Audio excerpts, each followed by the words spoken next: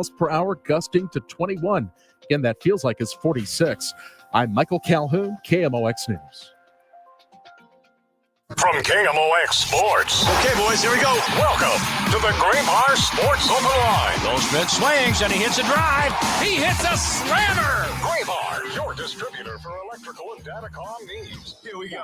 Now, Matt Pauley on America's Sports Voice, KMOX. All right, man, let's get going here. Here we go. Let's go.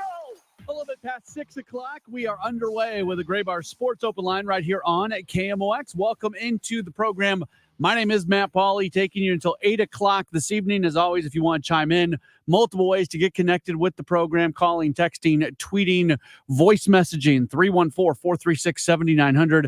314-436-7900 is how you call or text. You tweet at me at Matt Pauley on air, or you voice message us via the Odyssey app. We got a lot going on the program tonight. A special hello to everybody driving into downtown St. Louis right now, getting ready for St. Louis Blues hockey this evening. The Blues are opening up the home portion of their schedule tonight, and they are going to match up against the Minnesota Wild. Puck drop is scheduled for about 20 minutes from now. It was not so. I'm not trying to go anywhere near political or social topics here. I like it when downtown St. Louis feels like there's stuff going on, and it doesn't always feel that way. Even at times during the Cardinal season, there were times where crowds were so low that you just didn't really have that big game feeling, big event feeling. And I like it when stuff's going on in downtown St. Louis. I like it when multiple venues are having events. Now, if I'm at one of those venues and I'm sitting in traffic afterwards because they all happen to let out at the exact same time, that's a little bit of a different story. But generally speaking, I like it when there's kind of a vibe in there or something in the air. And I kind of felt that today when I was driving in. There was a little bit more traffic coming in today than normal. I got to the station right around a little bit after 4 o'clock. And as I'm getting off of Highway 40 and I'm driving by the Enterprise Center, I see people wearing Blues jerseys all over the place. You know, a lot of pedestrian traffic. And I'm looking out the windows right now in our KMOX studios in downtown St. Louis, and I can see people walking around, and I see cars parked in all the parking spots.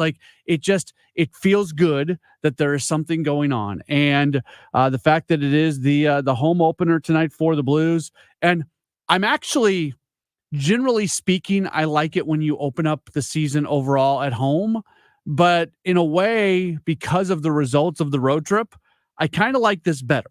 Because there's some excitement and some energy around this Blues team right now based off the fact that they went and they won 2 out of 3 to open up the season on the road, and they got good come-from-behind victories, and they were competitive against a good Vegas team. They could have potentially won that game. They were a goal away twice from being able to even it up, and who knows what would have happened from that point forward. So at least for me, I can't speak for everybody, because if you were listening to me talk about the Blues leading into the Seattle game, I was kind of down on the team, low expectations. And not that I think this team is going to go compete for a Stanley Cup, but what I've seen through 3 games is I've seen a team that's got some resilience, that has some character, the team that's a little bit faster. We talked about this yesterday when we had Andy Strickland on. One of the things that was tough for me when watching the Blues, one of the reasons why I had kind of a negative feeling about them, was because when they were on the ice with athletic, fast teams, you could just see the talent gap. It was just yelling at you, just spotlights showing off that they were not as talented as some of these other teams, not as athletic as some of these other teams.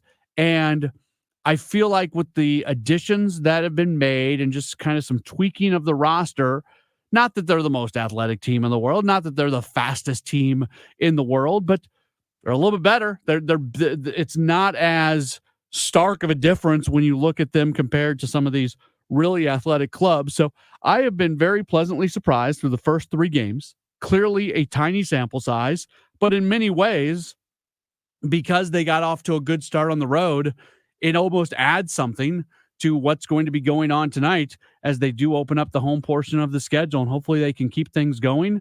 The big news today is that Brandon Saad is going to be back in the lineup. He's going to be reinserted back into that top line. So the top line for the Blues will have Thomas centering Saad along with Jake Neighbors. Then that second line is going to be Pavel Buchnevich centering Jordan Kyrou and Zach Bolduc. That's kind of a fun, exciting line when you think about Kyrou and Bolduc. Now he's got, this may be a one last opportunity for Bolduc before potentially being sent back down, as they do have some other players that are going to be returning here sooner than later, and he could very easily be the odd man out. But he knows that. Let's see how he's able to respond tonight. They kept the WTF line in place, the fourth line, which has given pretty good work with Walker and Toropchenko and in fact, so they're going to be the fourth line continuing on. So we'll see what's going to happen when a couple other guys do get healthy here moving forward. Kasperi Kapanen is the guy who's the odd man out as a result of Brandon Saad being back. Saad missed that entire 3-game opening road trip.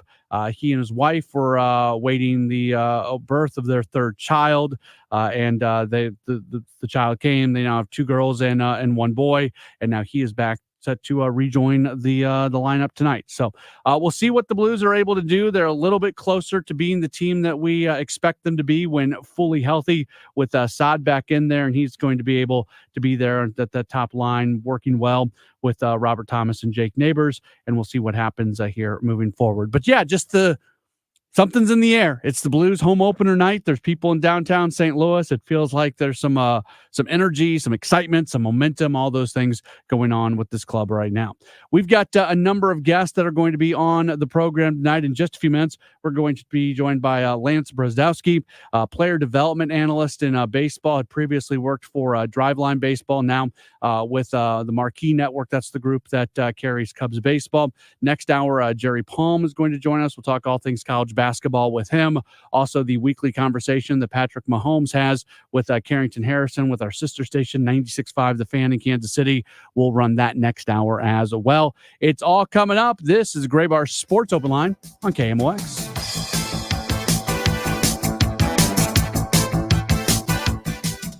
When you're hiring for your business, ZipRecruiter's powerful matching technology makes finding qualified candidates for your job easy. This made us wonder, what if the rest of the world was as easy as ZipRecruiter? Math problems wouldn't be so problematic. K equals 42. Escape rooms? Elementary. And summiting Everest would be a walk in the park. In the meantime, if you want to make your hiring easier, use ZipRecruiter. And right now, you can try it for free at ZipRecruiter.com/radio. In fact, 4 out of 5 employers who post on ZipRecruiter get a quality candidate within the first day. Simple. So, see what the world is like when ZipRecruiter does the hard work of hiring for you. Just go to ZipRecruiter.com/radio to try ZipRecruiter for free. Once again, that's ZipRecruiter.com/radio. ZipRecruiter.com/radio. You love your city, but let's be honest, the commute, not so much. That's where the free Odyssey app can help. Download the app and follow your local news station so you can get the latest traffic reports or find if your train is on time before you walk out your door. Knowing all this gives you time to think about the essential things like, do I have time to get coffee? Download the free Odyssey app and search your local news station. That's AUDACY.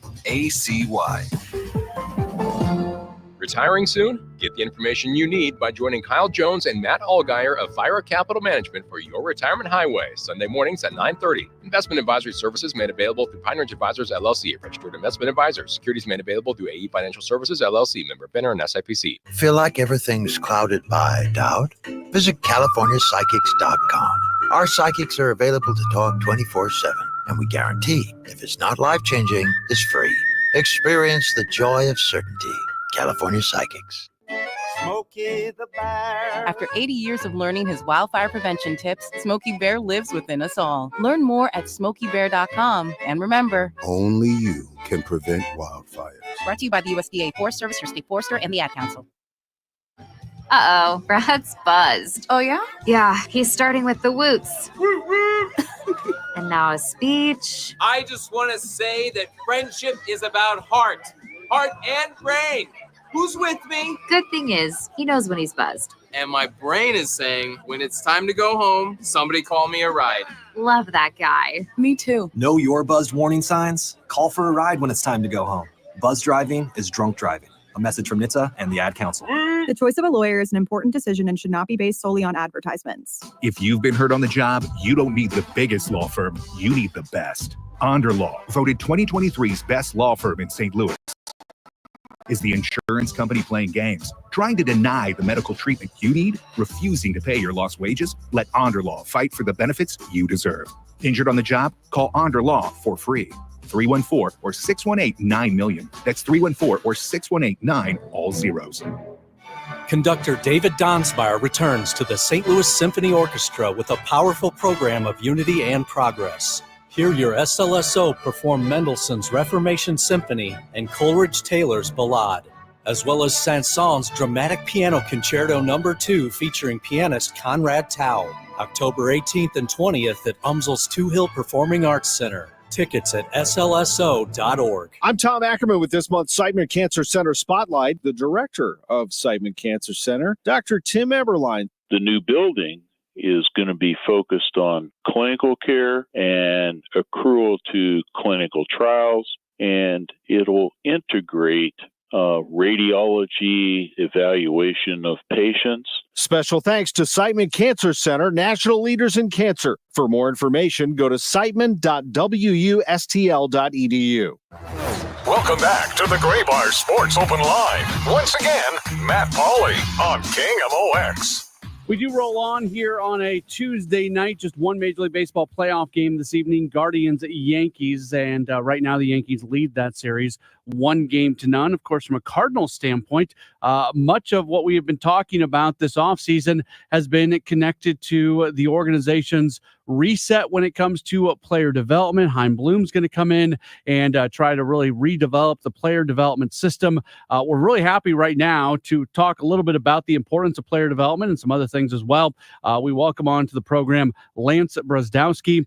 He's part of the team at Marquee Network. That's the group that broadcasts Cubs games. We won't hold that against him. Former remote video editor with Driveline Baseball as well. We've had Andrew Ayton on the program from Driveline, Paul Goldschmidt, Nolan Arenado, Lars Nootbaar have gone and worked out at Driveline in the offseason. So all that being said, we welcome Lance onto the program. Lance, thanks for taking some time with us today. How are you?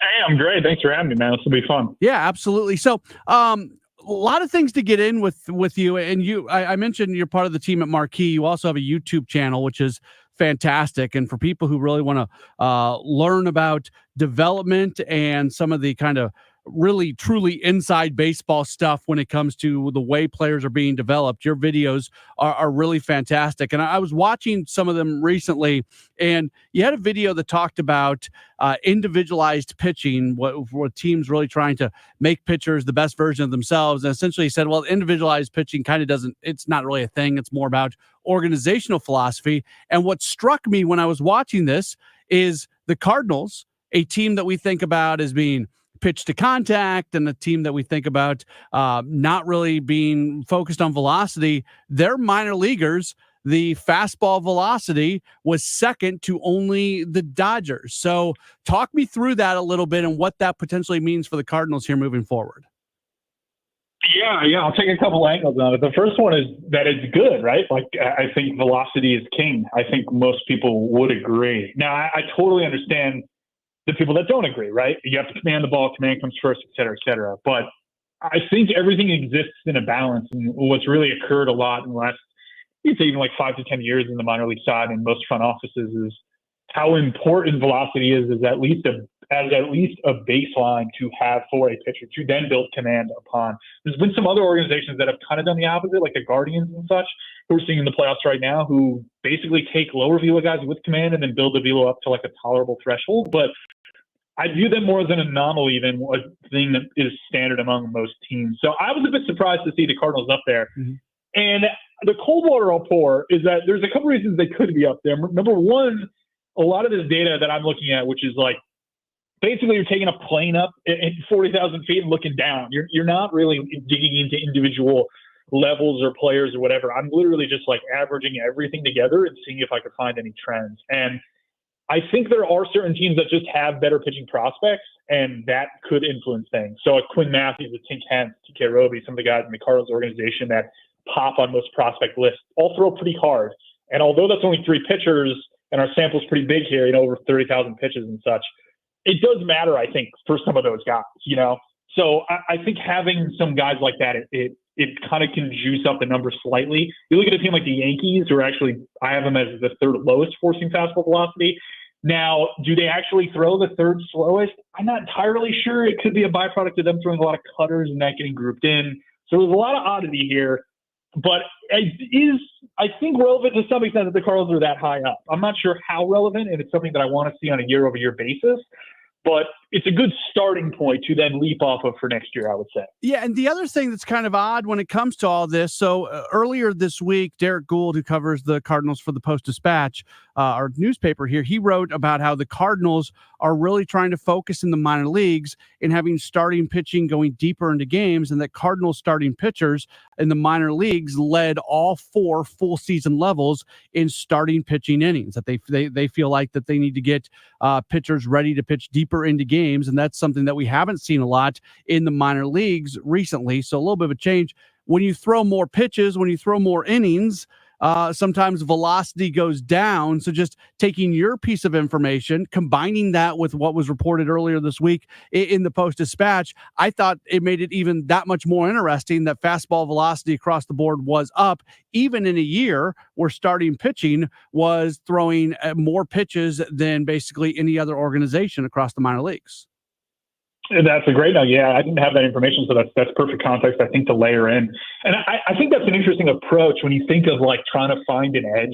Like you go back to like the Moneyball days, and everyone's like, well, why aren't the A's fantastic now? Or why have they not been great for the last couple of years? It's like, well, because it's a copycat league. Like everyone just takes that idea and then applies it to their organization, and then you have to keep iterating. Like it's with any company. It doesn't even have to do with baseball. Like you have to keep innovating and keep figuring out what your edge is going forward. So if the Cardinals think it could be an edge for them to have guys get more comfortable turning over lineups from like a mentality standpoint, even just like getting guys comfortable in that respect, I could perhaps see some advantage to that long term. There's also the angle, you get into like the workload pitcher injuries thing. We do this every April and May when everyone gets injured on their ramp ups. It's like, what's happening? Why is everybody getting hurt? Everyone's throwing too hard, et cetera, et cetera. And I think that could be a byproduct of severe limits on innings and pitch totals in the minors, to the point where like you have to build fitness, right? Fitness is the capacity to take on any kind of load, for example. So in pitching, that's how much you're throwing. So if you're going through the minors and just not throwing a ton, and then you then have to ramp even higher when you're, say, 23 years old and trying to make an impact, you're 40-man eligible or Rule 5 eligible in the offseason, et cetera, like then your ramp comes. So I wonder whether they're trying to find a slight edge on a couple things here, and maybe that plays out to their advantage long term. The counter evidence would just be that all the really good teams of pitching development, like the Rays, the Dodgers, et cetera, I'd be curious what Gold has in them in terms of where they rank on that statistic, because I'm pretty sure a lot of those teams do not have their guys stretched out. So it's like you're gambling that you're smarter than the 4 or 5 teams that have done this really well for the last 3-4 years. And that might be a really bold bet.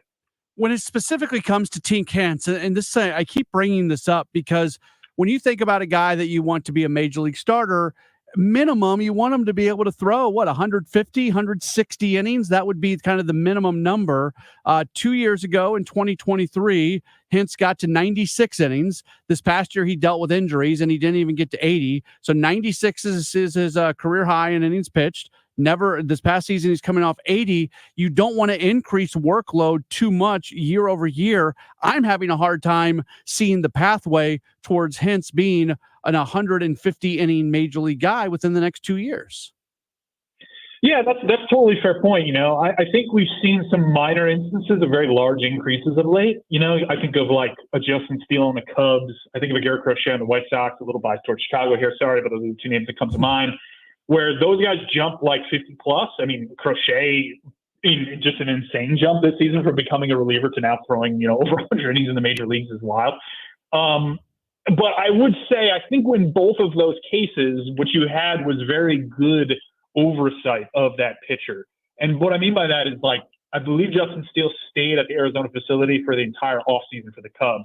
Garrett Crochet, you know, I imagine he either had third-party trainers he was working with, or he was very close to Brian Bannister, who was the mastermind behind the Giants rebuild, pitch for the Red Sox, et cetera. It's, you know, long history of being one of the sharper baseball minds on the pitching side.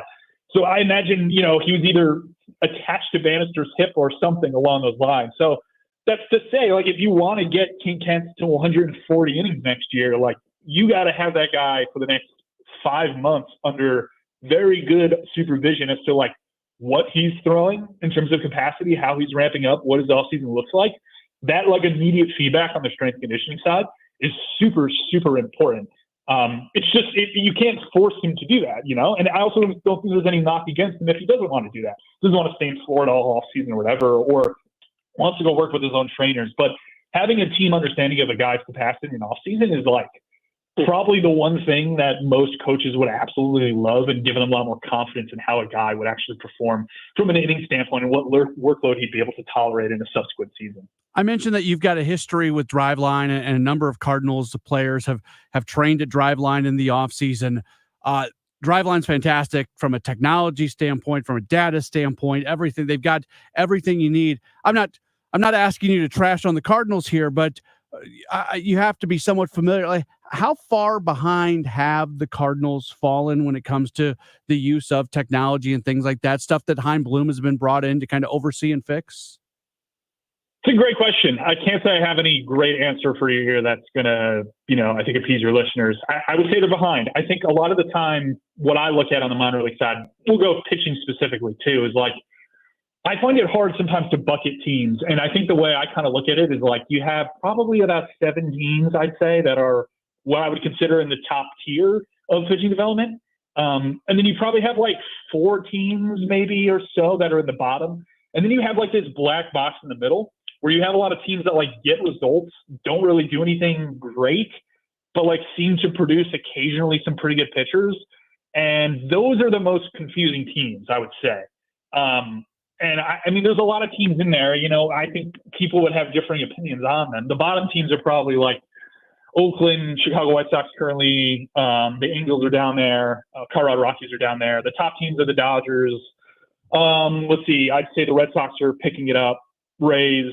I think the Tigers are on the up and up. You know, and again, I'm saying teams that are on like the up and up. Cleveland, Seattle, the Yankees are pretty good, I would say. So you almost like take that middle batch of teams and put like an uptrend or a downtrend arrow on it. And I gotta say, like, I think the Cardinals might be one of the teams that are in that mass, but with, I would like to think, an uptrend with, given the fact you guys are bringing in Chaim, you know, I think that's a great sign. It's the same reason I would put an uptick on like a team like the White Sox on the minor league pitching side specifically. Like, you have Brian Bannister, you know, and they put a big proposal out to Jerry Reinsdorf to have a huge overhaul on the tech and development side. So you're not as far behind as the White Sox from my understanding, which is good. That's very good. Yeah. But you're probably not as far ahead as like the Minnesota Twins, who I think are another team that maybe isn't brought up a lot on the pitching development side, but they're very, very well integrated with Kinetrax and biomechanics. They pull all that back to stealth models, et cetera. They basically are like Driveline of the MLB to some extent, in my opinion.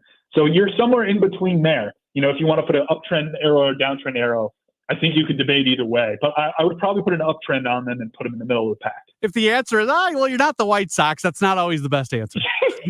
I know. Well, no one is the White Sox. Unless you're like the Rockies or the Angels, maybe. So I don't know. 2 teams that you mentioned were the Rays and the Red Sox, and those are Bloom's former teams. Obviously, he had a lot to do with helping build out the Rays, and then I would give him a lot of credit for what the Red Sox minor league system has turned into, even though he's not there now. So that's another reason for Cardinals fans to be, I think, pretty excited. Oh, I think he is the get of all gets. He might be the hire of the offseason. And I just coming from somebody who covers the Cubs on a daily basis, you know, like I think that is a fantastic hire. And we saw that with Breslow last year going to the Red Sox from the Cubs, you know, and him picking up Bailey. And, you know, I think we're going to see it in the next couple of years in terms of what the White Sox do on the pitching side. Again, like, I think we think of the players as the hires, but there are teams that like make sweeping overhauls in the minors and are very quickly within like a 2-year period back to competitive. And those things happen, I don't want to say pretty regularly, but we're getting to the point where like it kind of happens, you know, every couple of years. Like the Royals are a great example of that. that's a team that made a pretty big overhaul on the pitching side, jumped the velocity a lot, started using a lot more sliders. They got to the playoffs, and that team well overperformed. Maybe they just beat up on the White Sox, but I don't think you could take away from the fact that they were like a top 5 team in FIP at the major league level. They throw hard in the minors. They have a lot of good things going for them. The Marlins are another team I'd look at on the up and up, where they purged everybody. Bendix got in there late, the new GM there, earlier this season, right? Didn't really make a lot of changes, and now he's able to put his stamp on the org. He comes from the Rays. So you're seeing they have the Shanny coaching tree in football, right? Mm-hmm. Big fantasy football guy here. So this is my extent of my football knowledge is what the Shanny tree is. But Mike Shanahan, et cetera, Kyle Shanahan, a lot of the guys coming from that tree. I think what we'll end up with is maybe a Chaim Bloom tree, or maybe it's an Andrew Friedman tree is probably the way to do it right now. Yeah. Who's front office with the Dodgers, guys who were under his brass that then kind of form their own angles and iterations of what he did and apply to a variety of other teams and make all those teams better. And I just think that's the reality of it. Sometimes the biggest hires are the ones that are not directly on the field. Last thing for you, because you're connected to the Cubs with Marquee.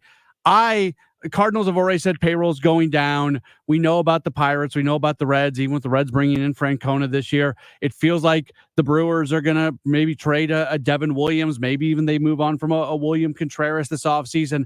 The team that scares me from an offseason perspective, and I hate the words that are about to come out of my mouth, are the Cubs. Craig Counsell openly spoke about at the end of the year that they've got to bring in players to be a 90-plus win team. It feels like they're leaning into a potential big offseason. Am I evaluating that situation correctly from St. Louis? I'd say you are. I'd say that it maybe comes with more complications than maybe people realize. And this is just my opinion purely. It's just they have a lot of positions that are seemingly tied up, in my opinion.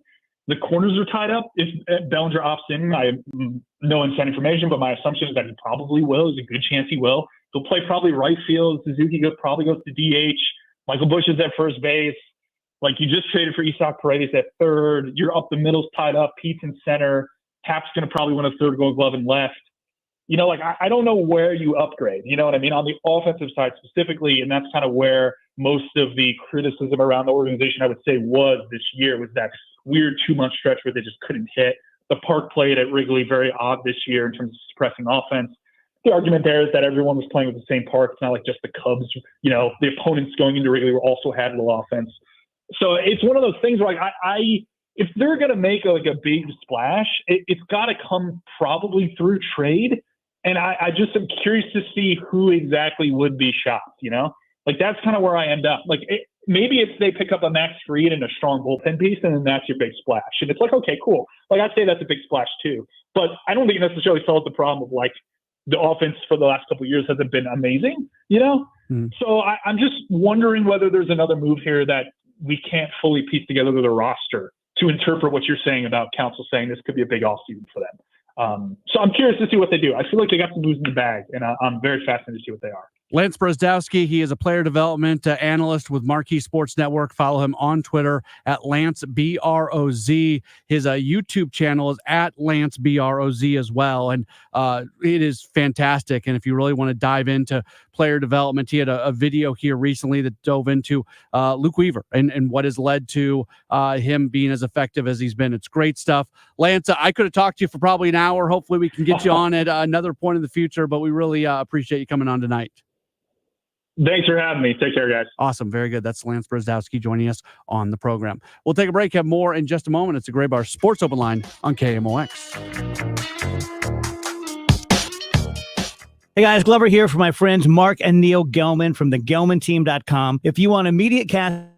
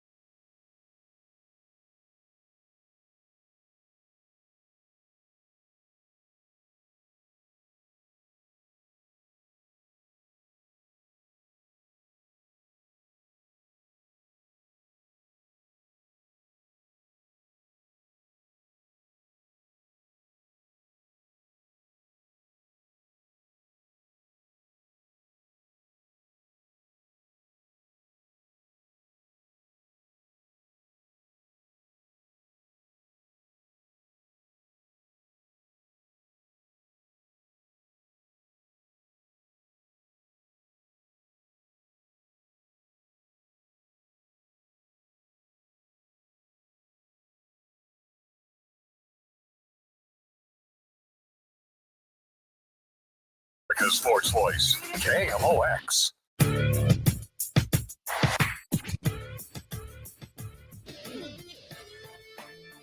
Back out on a Gray Bar Sports Open Line right here on KMOX. Lots going on tonight. The Blues are underway against the Minnesota Wild, first home game of the year, and also ALCS game number 2. It is underway as well as Cleveland and New York match up against each other. The Yankees winning yesterday.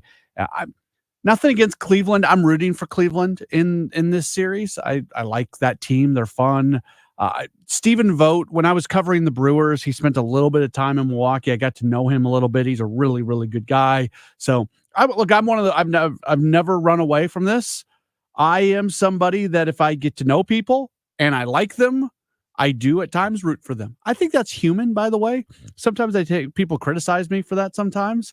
No, I know you. I like you. I root for you. That's the way it works. One of my biggest things is that I have a hard time with sometimes is, so as sports fans, what's like the most amazing thing in the world? When our teams do well, when they win championships, when they win big games.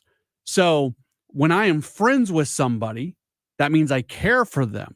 That means I want them to experience good things. And so to me, in my world that is so connected to sports, if I want my friends to experience good things, that means I want good things for the teams that they root for. Now, not at the expense of my team. I'm still self-centered enough that no, I'm not going to be happy for you because you root for another team and they just beat the Cardinals. That's not where I'm going to go. But I took some grief on social media when the Brewers made the playoffs. I don't root for the Brewers. Let me be very clear. I still get that sometimes, by the way. Like, people knew that I came here from Milwaukee, even though I grew up in St. Louis. I still get it sometimes where, like, I'll be talking to somebody and they'll be like, so do you really root for the Brewers? No, I don't root for the Brewers. Of course I don't root for the Brewers. In fact, Kyle Sixta is here. I think you can confirm that I have very strong feelings in that area. I can. You hopped on yesterday and you said you're rooting for the Mets to make it to the World Series, to continue the tradition of all teams beating the Brewers make it to the World Series. Yes. So I have I'm very well documented in that area, but having lived in Milwaukee for 6 years, I can at least appreciate for my friends who live there, because I have many close friends who still live there. When the Cardinals were not in the playoffs this year, I appreciated for my friends that they were able to enjoy postseason baseball. It was a very weird thing, because I was able to appreciate for them what was going on. All the while, when the Mets beat the Brewers, I was pretty happy. But if you listen to this show every single day, there was a day that Maria Kina was doing news and she started laughing in the middle of news, and she later blamed me for it, which was right. It was because I was celebrating here in the studio as the Mets had done something against Milwaukee. So that's that is the life that I live. I like to see my friends have their teams be successful because I care for them and I want them to have the joy of having teams that do well. But there are certainly times where there are teams that, no matter what, I would just rather them not do especially well for various reasons. I have been more entertained, by the way. I think the Yankees are going to win this series. I want Cleveland to win, but I think the Yankees are the World Series favorite right now. I think, with all due respect to the Guardians and what they did this season, and what a fantastic year for them, to me, it does feel like this is the Yankees series all the way. I don't know on the other one. The NLCS, to me, it's a toss-up. The Dodgers should be the better team, but when the Dodgers have to roll out a bullpen game every once in a while, when the Mets have shown like this magical ability here in the postseason to do things, I don't know. This is a series that the fact that the Mets were able to steal one of those games in Los Angeles, that was a good moment for them. And man, if they can steal tomorrow when the Dodgers have Walker Buehler on the mound, they've got Severino. And what a step forward that would be for the Mets and what was supposed to be a transitional year as David Stearns puts his like players and his system basically in place, it already has been fantastic for the Mets that they've been able to go this far. So, by the way, the Mets are actually favored in tomorrow's game. So we'll see what will happen with that. All right, one more break. We'll come back and we will wrap up hour number 1 of the program. Hour number 2 will feature a college basketball conversation with Jerry Palm. We'll also hear from Chiefs quarterback Patrick Mahomes. That's all in the 7 o'clock hour. This is the Gray Bar Sports Open Line on KMOX. Is your car still under warranty?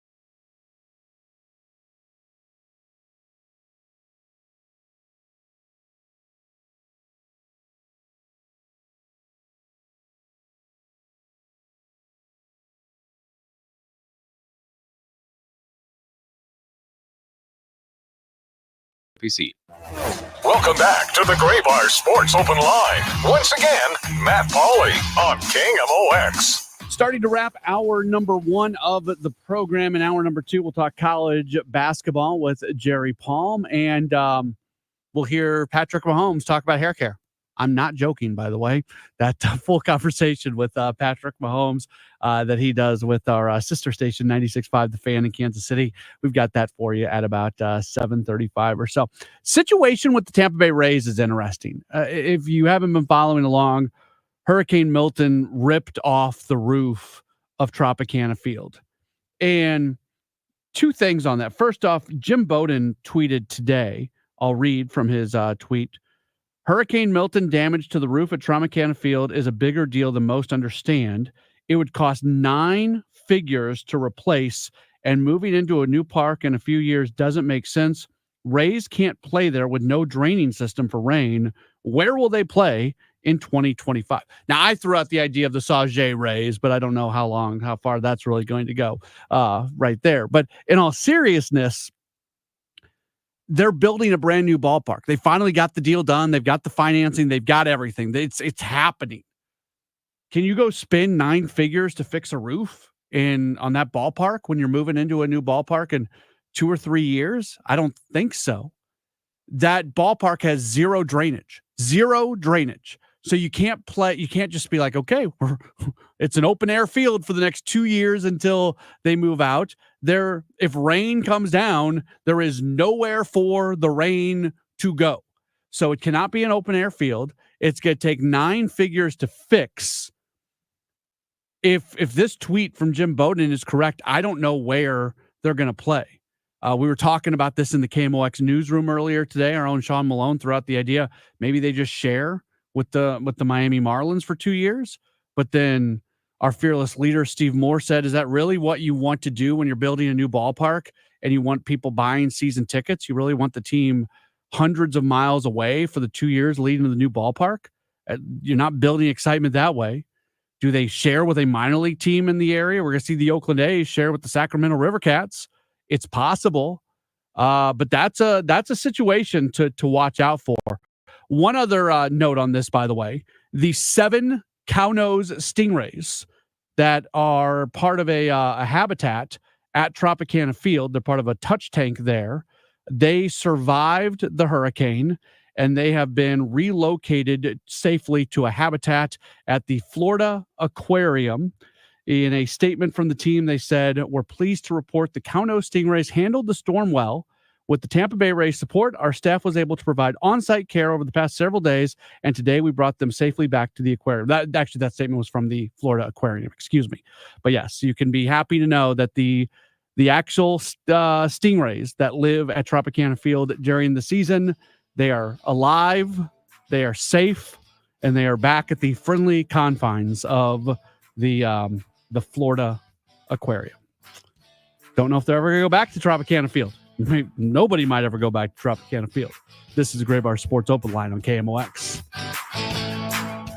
Hey guys, Kevin Wheeler for 213 Flashpoint Complex, which is available at Supplement Superstores. It'll help take you to the next level like it has for me. I've been going for a couple of months now, and it is doing everything and more that I wanted to. Boosting the metabolism during the daytime, fighting cravings, giving me all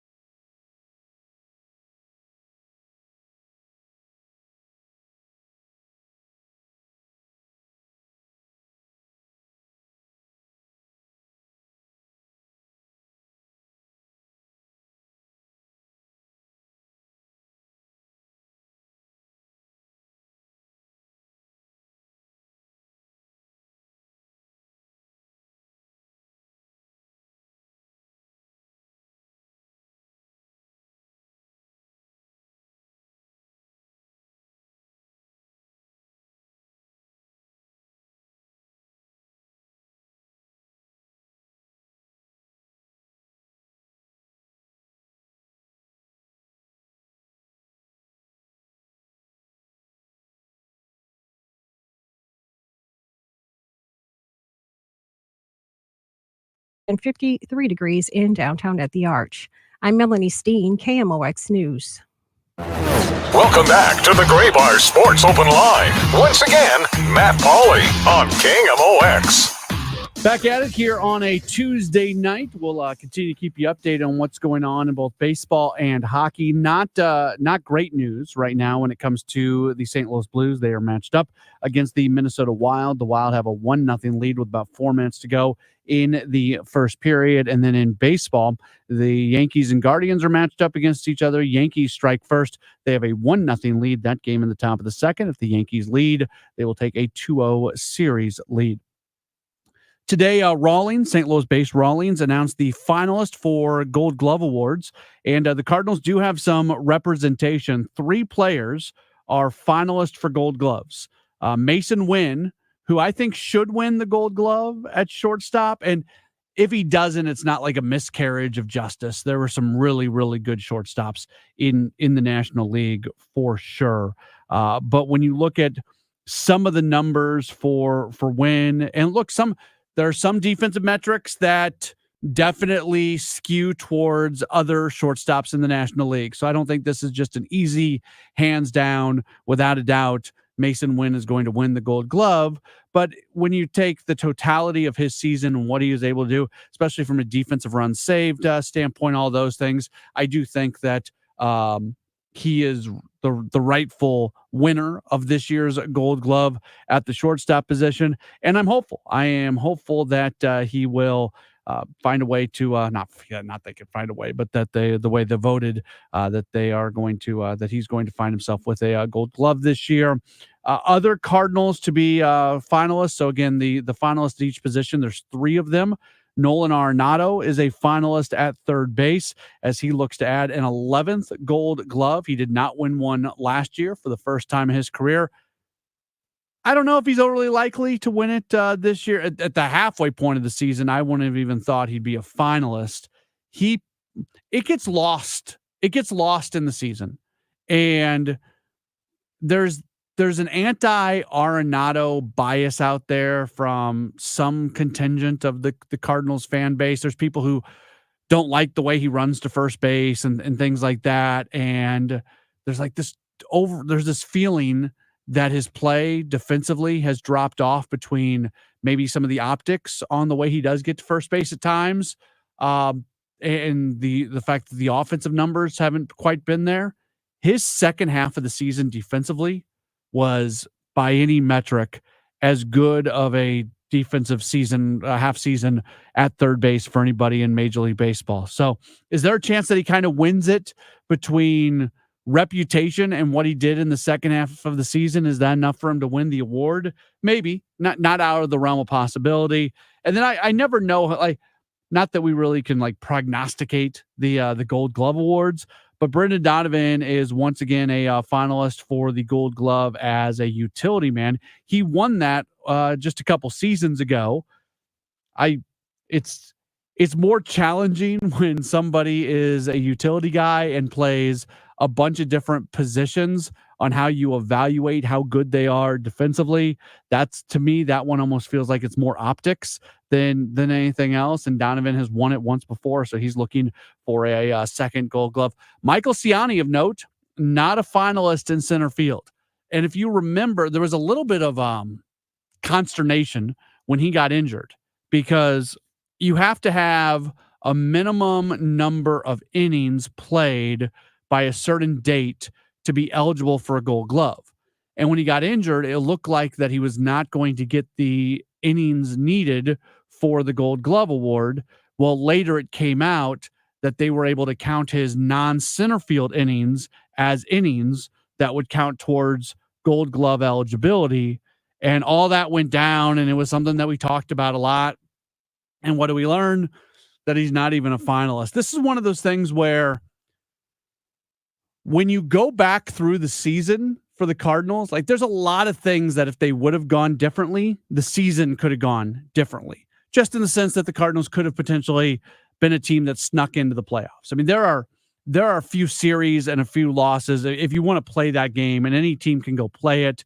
But there's moments in this season for the Cardinals that if things just would have gone a little bit differently, things could have looked a whole lot different. I specifically think about that Cincinnati series late in the season where they weren't very good. I think about that 4-game series that they had against Chicago right at the beginning of August, just after the trade deadline. They lost 3 of 4 against the Cubs. To me, that kind of felt like the beginning of the end, just considering the momentum. But you also think back to where this team was when Michael Ciani went down. And Ciani was giving the team a solid lift. He was putting up his best offensive numbers of the year, and he did not have a very good offensive season. I would contend, as good as he is defensively, once the Cardinals get back to being a team that wants to contend on an every year basis, I would contend that they need more offensive production out of center field, no matter how good defensively Michael Ciani is. But he was putting up respectable offensive numbers at the time that he got injured, and he was making multiple plays a week that were impact defensive plays. One of the conversations that we had earlier on in the season was when the Cardinals were looking for hitting, do you move Lars Nootbaar to center field? And my take on that was always, yeah, you do, because as good as Michael Ciani is defensively, he'll make a play every 3 or 4 days that Lars Nootbaar won't make. He's a really good defensive center fielder, but for you to have that kind of impact in the outfield, it's a play every few days. He was at a point where I started changing a little bit because he was making so many high-level, game-changing defensive plays. He gets injured. He eventually comes back. When he got injured, the Cardinals were on a pretty good run. It felt like they still had a very legit chance. He came back. I'm not trying to sit here and tell you that if Michael Ciani doesn't get injured, the Cardinals are in the playoffs. That's not what I'm saying.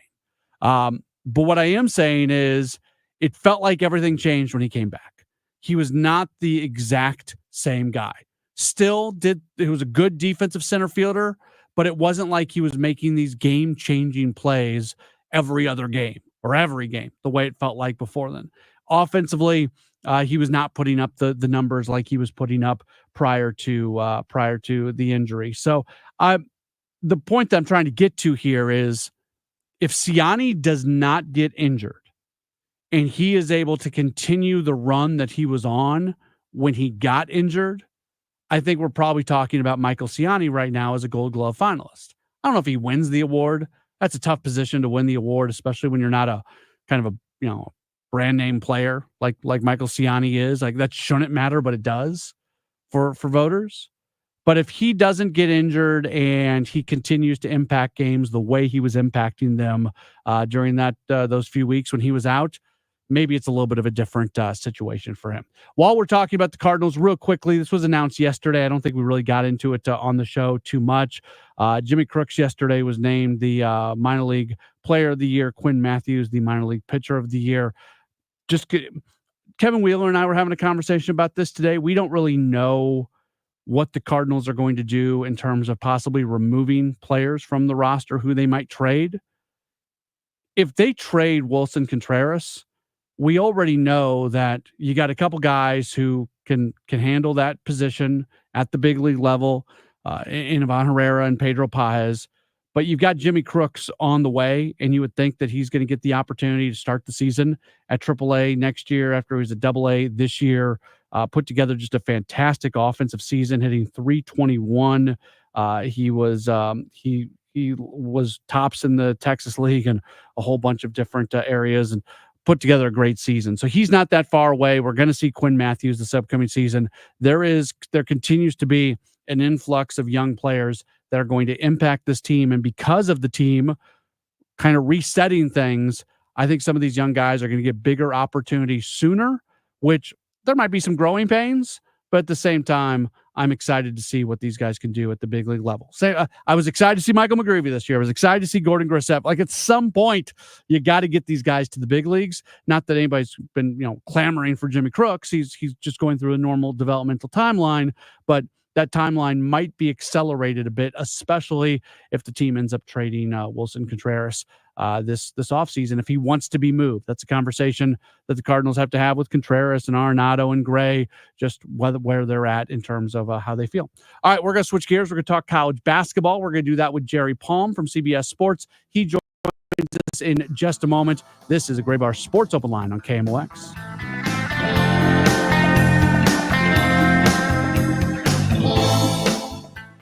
Hey folks, this is Charlie Brennan. Have you noticed loose bricks or missing mortar around your house, on the walls, patios, walkways, porch, or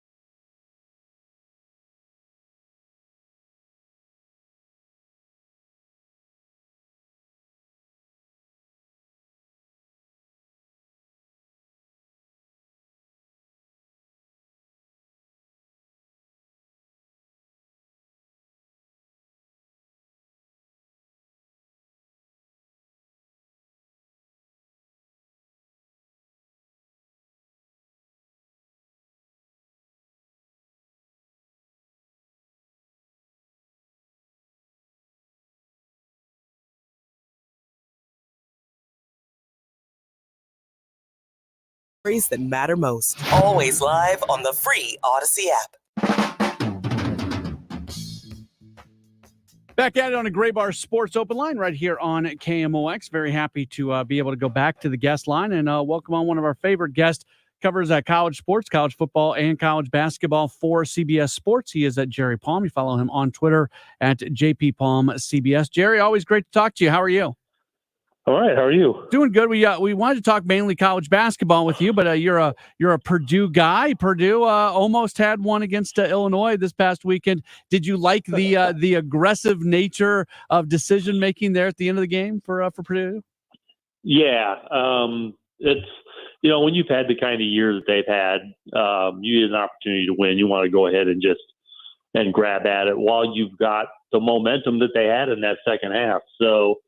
It's funny. I mean, Purdue had been just grossly incompetent on both ends of the field until the second half of that game. They had scored 47 points in 4.5 games, counting the first half of that one against FBS opponents that year, and then 46 after halftime. So hopefully they can keep that momentum against an outstanding Oregon team coming in on Friday. We wanted to have you on to talk mainly college basketball. The AP preseason poll being released earlier this week. These preseason polls in the world of transfer portal and name, image, likeness, and these college basketball coaches seemingly remaking half, if not their entire roster on an every year basis. How challenging is it to put together these polls? Because it feels like so often they do not reflect what the season ends up looking like. Well, there's always a fair amount of dart throwing in preseason polls, right? I mean, and that's, I think it's even more true probably in football, where you've got massive rosters and so many players playing and, one injury and everything, goes sideways. Even, whatever you think may not come about. And there's always surprises in every season. That's what makes it fun, part of it anyway. So, we'll see the teams that are usually good end up being in the rankings, in the preseason rankings, even, teams that may have a lot of transition in a given year. You just have faith in the program to be what they're going to be. So some of that shows up in preseason polls and then the teams like, say Florida Atlantic of a couple of years ago, that it kind of came out of nowhere. Those are what makes the regular season and the tournament fun. Here locally, there's so much excitement about what's going to happen with St. Louis University basketball with Coach Schertz coming in and Robbie Avila being on the team and Isaiah Swope transferring in and another year of Gibson, Jimerson, guys like that. It's a SLU team that picked up some votes in the AP poll. They play in a league in the A-10 where you can put together a really good season and have success. What's your thought on the ceiling for this Billikens team? Yeah, it'll be interesting to see because, you've got some good programs in that league already, like VCU and Dayton. And then, SLU goes in and makes, I think, a pretty bold move in hiring Schertz away from Indiana State, where he did a terrific job. And he brought some key guys with him. And, with some of the players they have left over, that's a team that you would expect would be competitive in the regular season and perhaps for the regular season title in the A-10. That's certainly going to be one of the 3 or 4 teams that people are going to think, I think rightly so, have a chance to win that league, and we'll see. But that's just the kind of thing you were just talking about, about how you could remake a roster, and it's easier in basketball when you only have 12-man rosters that you can remake things in one off season and go from doormat to contender. Not that St. Louis was a doormat, but what I'm saying is you can really change the fortunes of a team in the transfer portal. And, probably even better example of that this year is like Louisville, which was just dreadful. One of the worst major conference teams in recent memory, even including DePaul, who's almost always that bad, went into the transfer portal and has completely remade their roster. And now this is a team that people think can compete for a spot in the NCAA tournament. And, SLU is undergoing perhaps a similar transition, although not from the depths that Louisville started with. sometimes when you're in a city, there's some arrogance that goes along with that city. But I think a lot of people in St. Louis feel like with the history of the program, with a beautiful arena, with Chaifetz Arena, with more facilities being built, with a pretty good NIL system being put in place, that this is a bit of a sleeping giant type situation. Do you, and in a metropolitan area all at the same time, is that correct thinking, or is this still a program that is going to have some challenges in front of it? Well, they've just got to reprove themselves. I've always thought of the Billikens as having a very good program, and then they've come on hard times the last few years. But I've always thought of them as being generally very competitive, and maybe they can get back to that level again this year, where they could be very competitive in their league and perhaps good enough even to make an NCAA tournament. That's always been my view of St. Louis basketball, is that is a competitive program, and perhaps now they can get back to those heights. Illinois is the top team receiving votes, so the de facto number 26 team. It seems like Coach Underwood has that thing rolling pretty well right now.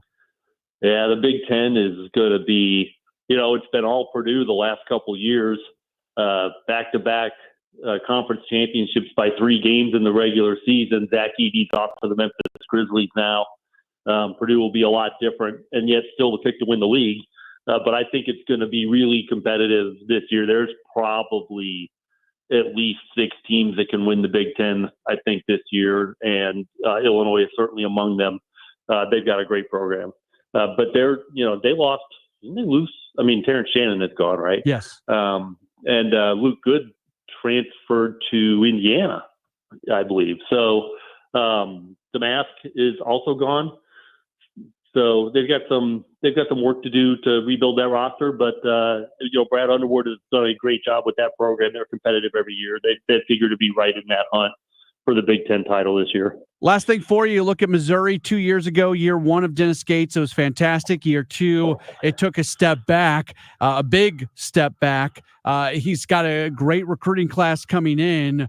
Do you feel like this is a Tigers program that can have a bounce back this year? Yeah, it's going to be tough. I mean, they're going to be better. I don't know how much of that is going to show up in the conference standing, because the SEC is just loaded this year. Mizzou could finish 10th and be markedly better than last year. So, and it's just going to have to see how well those young guys can get together and be a cohesive unit by the time SEC play rolls around, because the margin for error in that league is going to be really small this year. But the fact that he's been able to bring in some talent, some really talented guys in a good recruiting class, is hope for Mizzou fans that this program is going in the right direction. We love talking with Jerry Palm. You read him at cbssports.com, covering college football and college basketball. Jerry, thank you for being so gracious with your time. Hopefully we can catch up with you again down the line. Sure. Thanks. Anytime. You bet. That's Jerry Palm joining us here on the program, and we appreciate him spending a few moments with us here tonight. By the way, a little bit of news today when it comes to Billikens basketball. Stu Durando from the Post-Dispatch and STL Today tweeted this out earlier this afternoon. SLU is going to have an exhibition game against Rockhurst coming up on Friday. But from an injury standpoint, Robbie Avila is not going to play in that game. Dylan Warlick also will not play in that game. Avila has not started non-contract deals quite yet, so he's still working his way back. You give him as much time as he needs, because that's the guy who's going to be such a key part of what the Billikens are trying to do this season. There's some other players who are dealing with a little bit of a bang up here, bang up there, but hopefully that team is fairly healthy by the time they get into the season, and you can take some time and you don't have to worry too much about the 2 exhibition games. They're going to play back-to-back exhibition games this Friday. They're going to host Rockhurst, I believe out of the Kansas City area, if I've got that right. And then Maryville is going to match up against them coming up a week from Friday on October 25th. And then they are going to open up their season in the Field of 68 opening day showcase when they take on Santa Clara. That's going to be on Monday, November 4th in Sioux Falls, South Dakota. And of course, we here at KMOX are your home for St. Louis University Billikens basketball. I am ready to hear Bob Ramsey and Earl Austin Jr. on the call of Billikens basketball sooner than later, and we're getting close. We are getting very, very close to the start of the season for the Billikens. All right, when we come back, it's our weekly interview that we get from our sister station, 96.5 The Fan in Kansas City, with Chiefs quarterback Patrick Mahomes. Now, the Chiefs are coming off a bye week, so not a lot of football questions, but it's still Patrick Mahomes. And maybe you'll learn a thing or two about the Chiefs quarterback that you never knew before. He always speaks with Carrington Harrison, who is part of the team over there at 96.5 The Fan in Kansas City. You are going to hear from the Chiefs quarterback, Patrick Mahomes, and you might just hear some interesting bits of information from him. That's coming up next. This is a Gray Bar Sports Open Line on KMOX. We're definitely going to be late to the concert. I feel like we should be there by now. I'm just taking a little detour. I got to fill up my gas tank, and I know this place a couple towns over where the gas...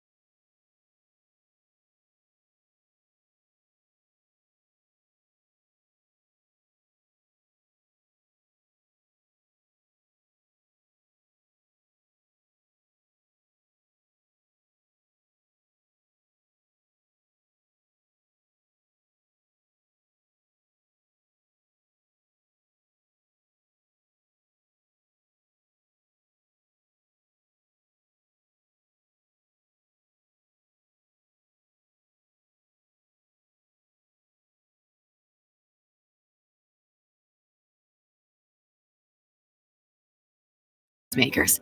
Download the St. Louis Post-Dispatch app wherever you get your apps. Bernie Nicholas gets the final word during sports on a Sunday morning. This Sunday at 11:45 on KMOX.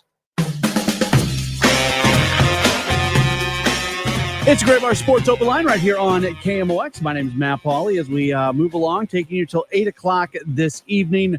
We'll have a full show again tomorrow, Thursday. We are shortened for Thursday Night Football and then back with another 2-hour show coming up on Friday night. The Chiefs are coming off a bye week. They are going to return to action, sitting with their undefeated 5-0 record. They match up against the 49ers on the road. That's a good game. That's going to be coming up on Sunday. Each week, we like to play for you a conversation that Chiefs quarterback Patrick Mahomes has with Carrington Harrison, part of the team at 96.5 The Fan, our sister station in Kansas City. So let me pull back the curtain for you a little bit here.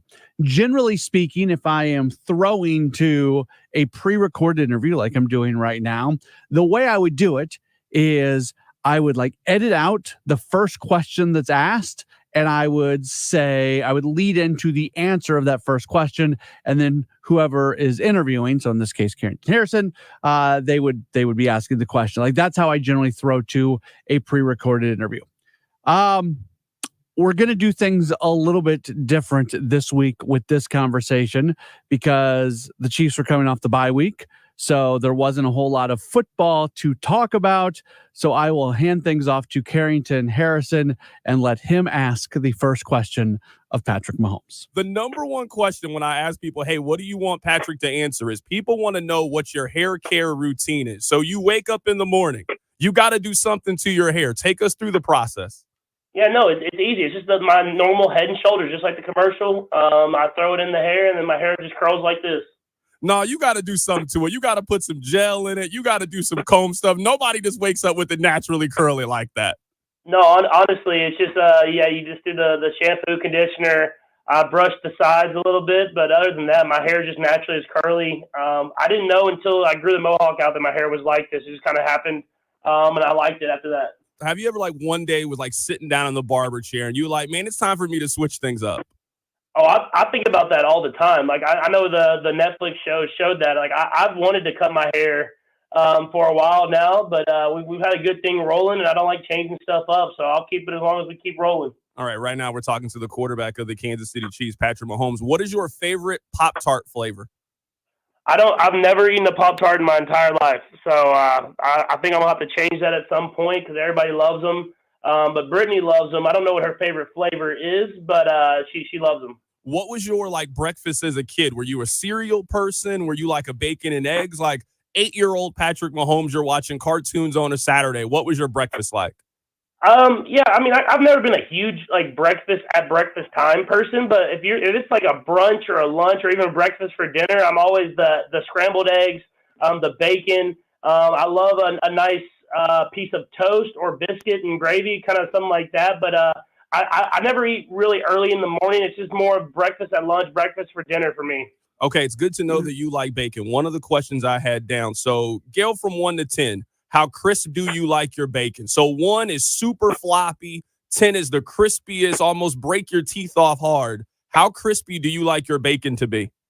I would say probably closer to a 6 or a 7. I want it to be at least a little bit crispy. I don't want it overly done. I think it's too 10 to me is too much. But I want it to be a little bit crispy, and then you got a little bit of floppiness in there, just nothing too crazy. All right. I have never asked you this question. I'm excited because this is such a critical moment in every boy's life. I remember when I beat my dad one-on-one in basketball, and for game point, it was one of the hardest fouls that I had to earn that final bucket. Can you tell us the story of when you beat your dad in sports and something for the first time? Yeah, I'm trying to think of, I think the story that I think about the most, I don't know if it was the first time I ever beat my dad, but the first time I beat him in golf, I think it was after I left college and after my first year playing in the NFL. Just because, in basketball and stuff like that, that stuff happened, I think, probably in high school, but that was the one that I think hurt him the most, was me beating him on the golf course. And then now I beat him all the time, and it really eats at him because he was able to beat me in golf our entire life, and now that I play so much in the off season, I've gotten pretty good. But he'll beat me every once in a while. But for the most part, I got him on the golf course, and it's hard, dude. My dad's 6'4", professional baseball player, got college offers in basketball, and football. So it was hard for me to beat him growing up in anything, and he wasn't letting me beat him in anything either. I know that you have some time to get ready for this, but are you mentally prepared for Bronze is going to have this story about you? One day it's going to catch you off guard and Bronze is going to beat you at something and you're going to have to tell this story to somebody else. Yeah, that day's not coming anytime soon. So I'll think about that in about 18, 20 years whenever he gets a little older. Whenever you played Mario Kart, who was your Mario Kart character? I was a Yoshi guy myself. I don't know why. I liked the vibes that he had. And I felt like for some reason when I was a kid, I felt like he was the fastest in the car, even though that makes no sense. No, that actually makes sense. I was big Toad person for that reason. That stuff matters. Like Bowser or Donkey Kong, they were heavier. But yeah, like Yoshi and Toad, they were always a little lighter and faster. That's what I thought. Like I didn't know if that was a true fact or not, but in my head, I was like, if I can just outrun them, I don't have to worry about Donkey Kong or Bowser really getting to me. But it was a bit. I played it growing up, and then I played it a lot in college. We were finding all the shortcuts. I was looking up all the ways to cheat and win, and it was a lot of fun to play. What was you guys' college video game? For me, it was Halo 3 and Smash Bros. We played way too much of that in college. Whenever you guys had free time, what was the game that you played? I played a ton of 2K, just basketball. And then we played a little bit of FIFA as well. I think when the World Cups happened when I was in college, so we played a ton of that at that point. But I was a ton of just 2K basketball, just going out there, either doing my career or even just like we would play we'd play like just the regular like teams. And we'd do that for hours on hours, man. Probably hurt my grades a little bit playing so much. All right, this might be the toughest question I've ever asked you. These are the two scenarios. You and Travis can play at Augusta, or you can play with Tiger at Pebble Beach. Which one would you pick? I feel like it's cheating because I've played Augusta a couple times now. So I would play with Tiger because I haven't played with Tiger yet. So I gotta see what Tiger's like in person. I haven't even got to meet him, and I want to ask him about some of the stuff that he did as far as his career and how he dominated for so long. So I didn't know this. I didn't know you had played Augusta. The last time I asked you about it, you hadn't played at Augusta. Now you played it multiple times. What is it like? It's everything that it's advertised to be, man. It's a special place, and I think obviously the golf course is unreal, and it's stuff that it looks like it's literally made in a factory because it's so nice. But I think just me growing up watching golf and like seeing all these shots, and every time I'm at a spot, I'm like, Bubba Watson hit one here, or Tiger Woods hit one here, or whoever it is. And I think it was a magical place as a fan of golf that I am. What hole was your favorite to play? For me, I would say my favorite one was probably, I would just say 12, just because 12 is so iconic. Amon's Corner. But I had a lot of fun on 13 as well. I either parted or got like double or triple bogey or whatever. Or I even got one birdie on there. But all the holes are amazing, and I think I remember some of the shots more than anything. A couple more questions here for Patrick Mahomes. We're doing our random no football questions for the bye week. Patrick, do you ever listen to podcasts? I do sometimes. I either listen to podcasts or I listen to like audiobooks. So that's kind of what I listen to instead of music sometimes. What's your favorite podcast? What was the most recent audiobook you listened to? Right now I'm listening to an audiobook called Captain's Class. So it's just about different captains throughout all sports and how they did it. And then as far as podcasts, I've been listening. My buddy Andrew Santino has one called Bad Friends. It's a little bit more comedy based. And so sometimes if I'm trying to get a laugh in or something like that, I'll throw that on. What is Sterling's favorite book? Whenever she's going to bed, I'm sure you read to her a couple times. Is there a book that she likes more than the other ones? I wouldn't say that she has a favorite anymore. She's read so many now. And we have 1 million books for her that we read at night. But Bronze loves this book called Daddy Hugs. It's about this elephant and his dad kind of cruising around the jungle. So I'll give Bronze his favorite book right now. It's called Daddy Hugs. All right. I have been wondering this because last year I asked you, did you have Venmo? Because that was a big debate around here. I am curious when was the last time that you bought something and you didn't buy it because it was too expensive? That happens to us on a regular basis. I'm wondering if this ever happens to you. I don't know. I can't remember exactly what I haven't bought just because of the price point. But I know like right now, like as I've like built houses and stuff like that there's been a lot of times I've had to not get stuff because of the prices of things. And I'm just like, I just can't. No matter how much money I have, I just can't spend that much on that. So that's more of the things, like just kind of keeping it in the budget is something that I have to really kind of be tight on. Okay, that makes sense. I am curious, how do you get clothes? Like you can't go to the mall the way that regular people do. How do you buy clothes? Do you have a stylist that brings them to you? Because sometimes you got to go. You got to try it on. You got to see how it feels. You got to see how it fits. How do you buy clothes?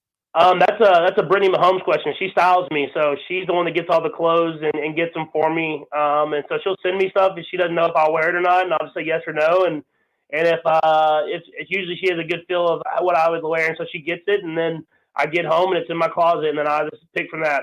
Halloween is right around the corner. Have you guys decided what you're doing for Halloween? We have. It's a surprise. Sterling picked it, so it's a surprise, and the kids are super excited about it, and I'm going to be excited as well. I get to go get some candy with the kids. What's your favorite candy? My favorite candy is probably any type of like gummy, like Sour Patch Kids, either Jolly Rancher gummies, stuff like that is probably my favorite candy. And then every once in a while I'll get some like Reese's Pieces or M&Ms or something like that, but mostly to the sour gummies. All right, last thing here, and I appreciate you having a little fun with us today with our random questions. I have to ask you, has Taylor ever baked something for you, and what did she make you? She never like baked anything specifically for me, but she's made different treats that have been around my house. It's like muffins and donuts and stuff like that. Sterling's a big baker as well, so they make some stuff together sometimes. And I'm not going to say I don't eat them. So it is as good as everybody's talked about. She's great as it comes as far as it comes to baking.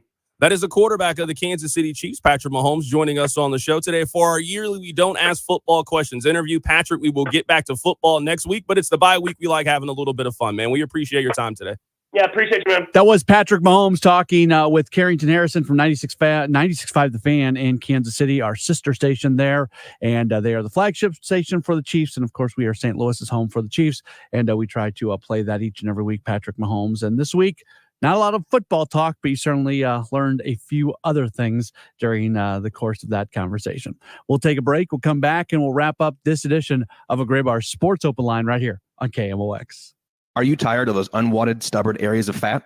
Do you want to lose up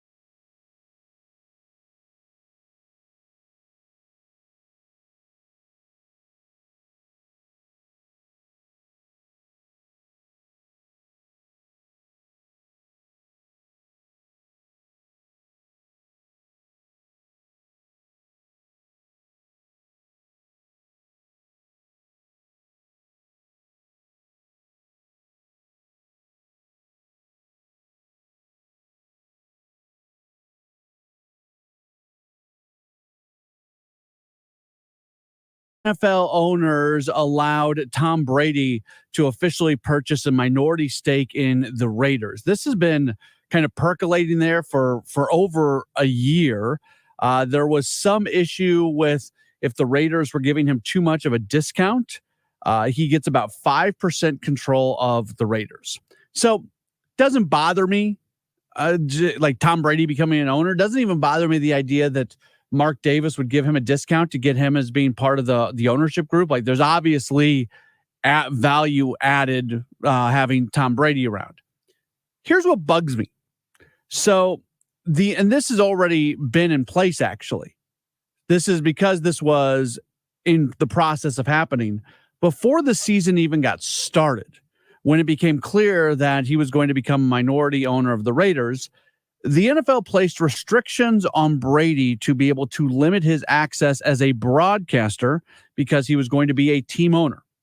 He is not permitted to attend production meetings in person or virtually.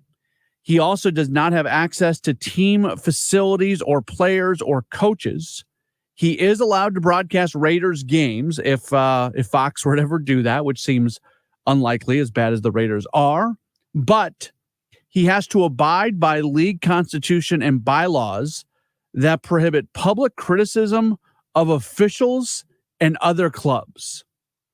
I have a problem with that. And we make too much of broadcasters. We really do. That, like Kevin Wheeler and I talk about this all the time. The Fox loves to tell people that Tom Brady is their top analyst. Are more people watching Fox because Tom Brady is there? I don't think so. Like the people are there to watch the game. As long as the broadcast is not distracting or makes you turn it off, people are there for the game. But by becoming a part owner, Brady cannot fully do the job of the analyst. When he has to abide by league constitution as an NFL owner, when he has to abide by league constitution and bylaws prohibiting public criticism of officials and other clubs, to me, that impacts his ability to do the job correctly. You have to go into the broadcast booth on a weekly basis, not feeling like there are things that you can't say because you happen to have ownership. And it just makes me wonder what the long play is for Tom Brady. Fox has invested a lot of money in him, a lot of time into him, a lot of marketing into him. They displaced a really, really good analyst in Greg Olsen to be able to put Brady on that top crew. Can he really go through, for the next 15 years, next 20 years, can he be the top analyst, but not being allowed to have public criticism of officials and clubs and things like that? Like, how do those two things jive together? So I have to wonder, long term, is Tom Brady really going to stay in as a broadcaster, or is this going to be kind of a short term thing for him? And I would really think at some point he's going to step away from the broadcasting if because of him being an owner, he has to do these various things. We'll see how this all. I guess look, he's been doing it already. I can't say that I've sat and watched a lot of these Tom Brady games. I haven't noticed it yet, so maybe I'm making a big deal out of nothing. But I do think it is worth noting that he is not allowed to speak openly because of the ownership with the Raiders. All right, that's it for the program today. Thanks so much for being tuned in. Look forward to talking to you again tomorrow for another Gray Bar Sports Open Line right here on KMOX. Hey guys, Glover here for my friends at Zero Res. Well, this is my favorite time of year. Autumn, Halloween, pumpkin pie. It's a time when I nest every year. I think just being